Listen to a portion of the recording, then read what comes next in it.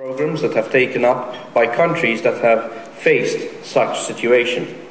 Just to mention Hungary, which is now levying today a 27% VAT rate on goods and services. And only last week the Italian government announced an increase also in that VAT rate of another 1% to 22% to the standard rate, in an effort to reassure the nervous bond market that the Italian government is able to withstand its financial difficulties. On this front, we have consciously also retained our VAT rate at its standard 18%. Despite the tough road ahead, we have continued to maintain a stable economic environment that has allowed us to enjoy the third lowest VAT rate among the EU 27 member states. We cannot also forget in the last year that we have lived a number of phenomena, not only the EU issues, but also the North African crisis, particularly the Libyan phenomenon. Malta was not immune to this and clearly also had an impact on our economy, where business were exposed and where government also used its fiscal tools to as much as possible alleviate the burdens being faced by Maltese businesses. In the midst of all this, government felt the need to ease the pressure which our businesses were being faced with, amongst others with measures to ensure faster tax refunds to businesses that were impacted by the Libyan crisis, but also giving relief on tax payments to ensure that they are able to withstand the difficulties they were facing. More than ever, before the financial crisis was exposed, the difficulty for policymakers to balance the challenges of fostering sustainable economic growth and consolidating public finances continues to be the main challenge for all governments. Therefore, taxation policies have turned out to be a vital lever in this dilemma, and governments have had to rethink their policies and the way they do things to ensure that they are able to meet these objectives. In recent as last week, 11 Eurozone countries agreed to pursue the much disputed financial transaction tax, aimed at financing the burdens of the crisis by introducing a tax on transactions by banks and financial institutions. While Malta has not objected to the fact that 11 countries joined this enhanced mechanism to introduce this tax within their territory, clearly our position was very clear that Malta would not participate in such a scheme, which we believe is detrimental to the financial services market unless this tax is applied worldwide. On the VAT front, the European Commission has been actively engaged in an extensive public consultation process aimed at a VAT system that is simpler, neutral, and also combats fraud more effectively.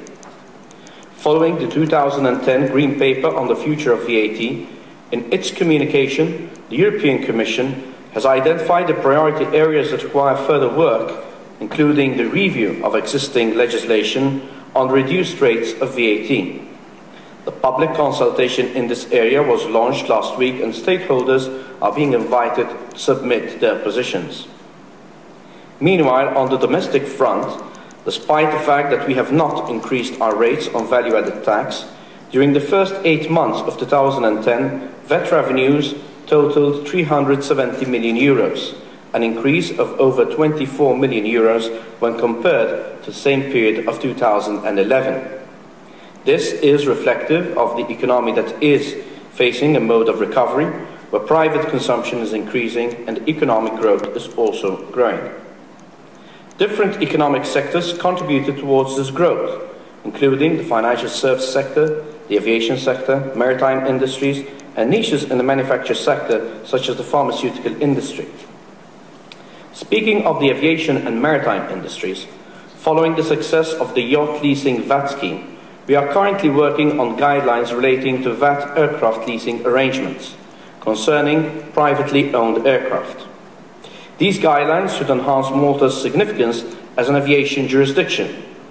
Our commitment to support the growth of this industry backs our long-term strategic vision of attracting value-added investment and diversifying our economic base. The rise in VAT revenue would also possibly reflect increased in tax compliance, but tax compliance remains a key objective which government is committed to securing investment in this area. Our fight against tax evasion continues and will be complemented by the increased strengthening of our tax enforcement agencies. The consolidation of the Administrative Review Tribunal, coupled with the continuation of the project aimed towards the amalgamation of the 3 primary tax departments, are a few other initiatives targeting the effective and efficient administration of our tax laws. In the recent past, we have also introduced a number of amendments to our laws with the aim of facilitating exchange of information between the 3 departments. Information technology has indeed made this very possible by giving the 3 departments the necessary tools to be able to enforce better tax collection. Clearly, direct taxation will continue to play an important role in revenues from governments, not only in Malta but also at an EU level. And the future of the VAT law will clearly be an important debate in the coming weeks, and therefore I am sure that the conference we will be holding today will continue to spur this debate and also give more ideas of how we can be more effective within this field. Thank you.